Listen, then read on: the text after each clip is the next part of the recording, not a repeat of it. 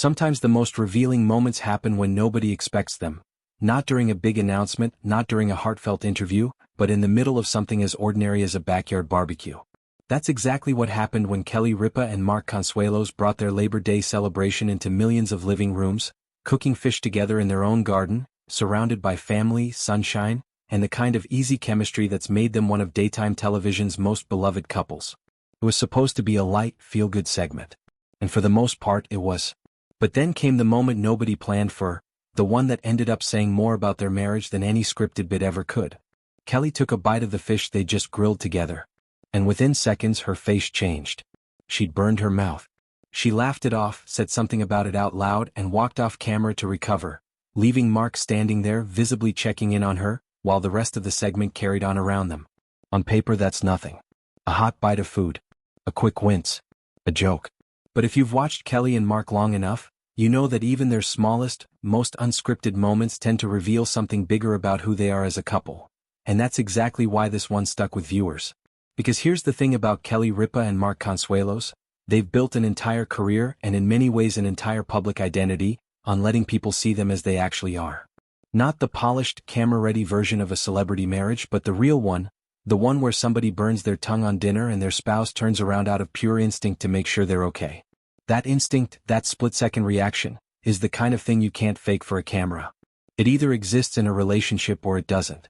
And for two people who have spent decades being watched, first separately, then together, now as co-hosts who share a desk every single morning, that instinct has become one of the most consistent things audiences point to when they talk about why this couple feels different from other celebrity pairings.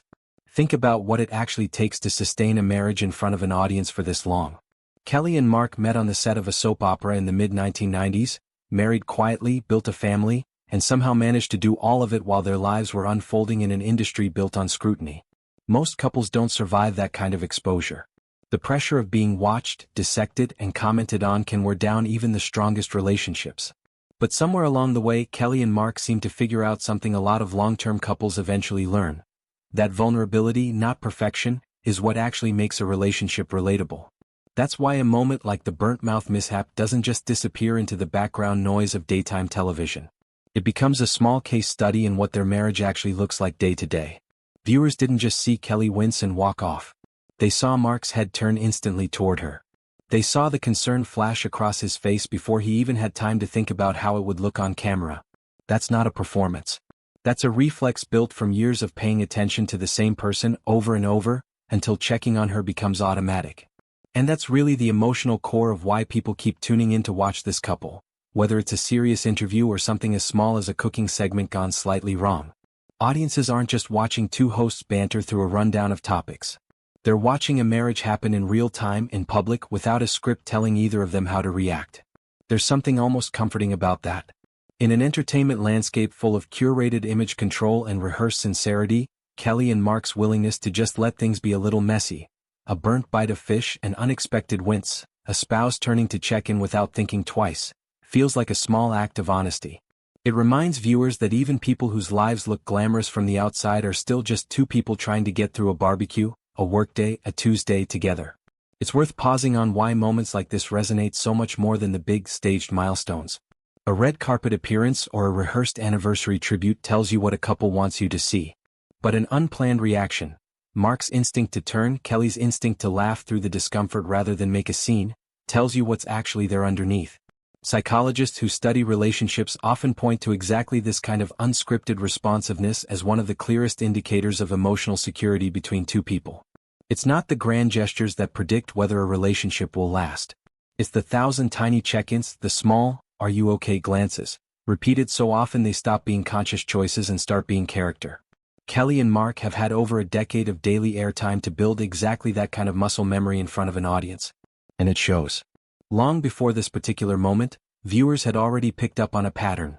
The way Mark tends to glance toward Kelly when she's mid-story, almost as if he's still genuinely interested in how she tells it, even after hearing versions of the same story for years. The way Kelly teases him relentlessly on air, but always in a tone that suggests deep familiarity rather than distance. The way their disagreements on the show, when they happen, tend to resolve themselves through humor rather than tension. None of that is something a production team can manufacture. It's the residue of an actual relationship, playing out under studio lights because that happens to be where their jobs are. That's part of why this small backyard moment carries more emotional weight than it might seem to on the surface. It wasn't dramatic. Nobody was seriously hurt. But it was honest, and honesty, delivered consistently over years, is what builds the kind of trust an audience has with two people they've never actually met. There's also something quietly meaningful about the setting itself. This wasn't a formal interview or a red carpet moment. It was a holiday spent the way most families spend it, cooking outside, involving the kids, trying to keep things relaxed even while cameras were rolling. For a couple whose entire professional life revolves around performing their personal life for an audience, choosing to bring their actual holiday traditions into that mix says something about how they've chosen to blend the two. They didn't retreat from the camera to protect their family time. They folded the camera into their family time and let whatever happened happen. That kind of openness comes with risk. When you invite an audience into an unscripted moment, you lose control over how it gets interpreted, discussed, and replayed. But it also comes with a reward that scripted content can never fully deliver: genuine connection.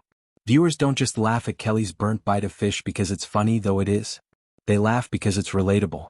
Because most people have had that exact moment at their own summer cookout, felt that same instant regret, and had someone they love check in on them the same way Mark did. It's easy to forget, watching two people who've spent decades in the public eye, that they're still living ordinary lives underneath the extraordinary visibility. A burnt tongue is about as ordinary as it gets.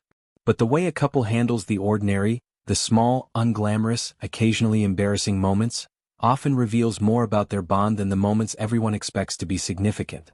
Maybe that's the real reason this small Labor Day mishap has stuck around in conversation. Not because anything serious happened, but because of what it quietly confirmed. That after all these years, all the cameras, all the milestones and headlines, Kelly, Ripa, and Mark Consuelos still turned toward each other first. Instinctively.